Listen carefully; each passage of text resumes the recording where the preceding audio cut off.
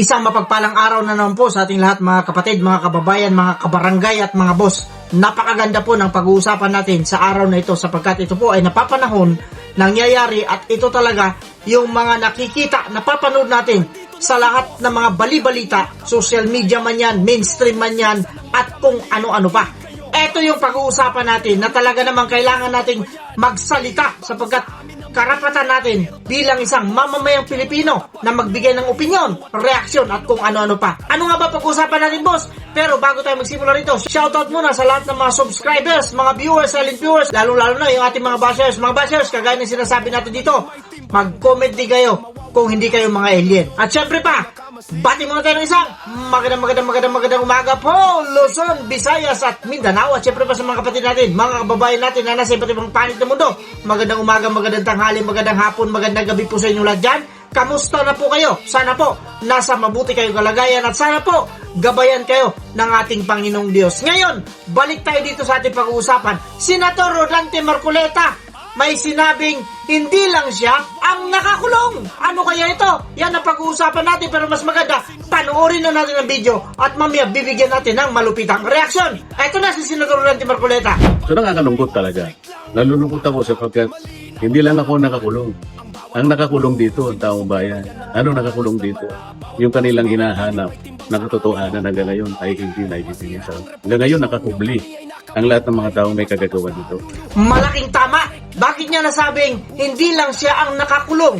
Sapagkat ang nakakulong talaga ang taong bayan. Totoo naman. Bakit? Hindi na natin malalaman yung katotohanan eh.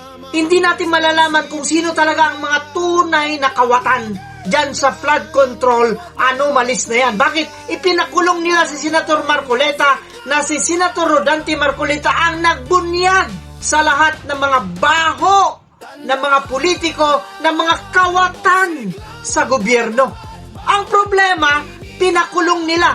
Kaya, ang sabi niya rito, hindi lang ako ang pinakulong nila, kundi ang ipinakulong nila ang katotohanan at ang taong bayan. Tumpak! Agree ako dyan sa sinabi mo, Senator Rodante Marcoleta.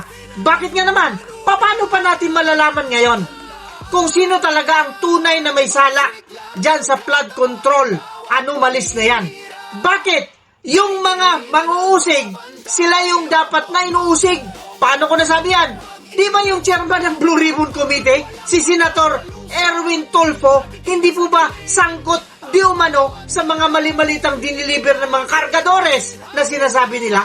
Pero siya ngayon ang namumuno dyan sa Blue Ribbon Committee. At kung mag-iimbestiga man siya tungkol sa flood control anomaly, doon lang sa Taguig City.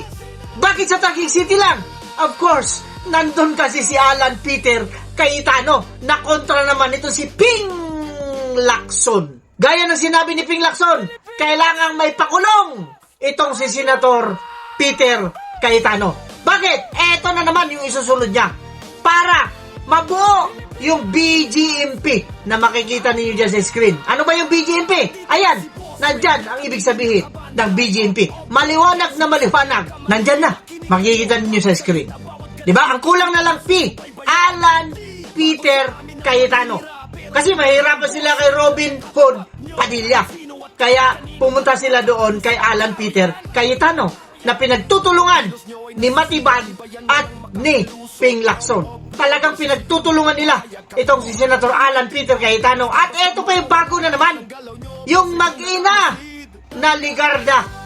Yung senator at yung congressman gusto rin nilang kasuhan ng plunder para makulong din. Para hindi na talaga makaboto dyan sa impeachment trial na ginagawa nila sa Senado. Ito yung sinasabi natin dito. Para sa akin ito, opinion ko ito. Nakikita ko rito, selective justice ang nangyayari sa ating bayan ngayon. Mga kapatid, mga kababayan, mga kabarangay, ano ang masasabi ninyo dito sa video na pinanood natin? Dito sa mga nangyayari ngayon sa ating bayan. Kaya lagi natin tanong dito Pilipinas, ano na? Pero may pahabol pa tayo. Lumobo yung utang ng Pilipinas. Bakit kaya? Ito, panoorin natin. Ayan Lumobo na sa 19.07 trillion pesos ang utang ng Pilipinas nitong Hunyo. Ayon sa Bureau of Treasury, tumaas ito ng 2.8% mula sa 18.55 trillion pesos. O ano, buhay pa kayo? Ang laki! 19 trilyon! Ang laki na ng utang ng Pilipinas. Sa nakaraang zona, noong nakaraan lang, July 27, anong sabi ni Pangulong Bongbong? Tanggalin natin!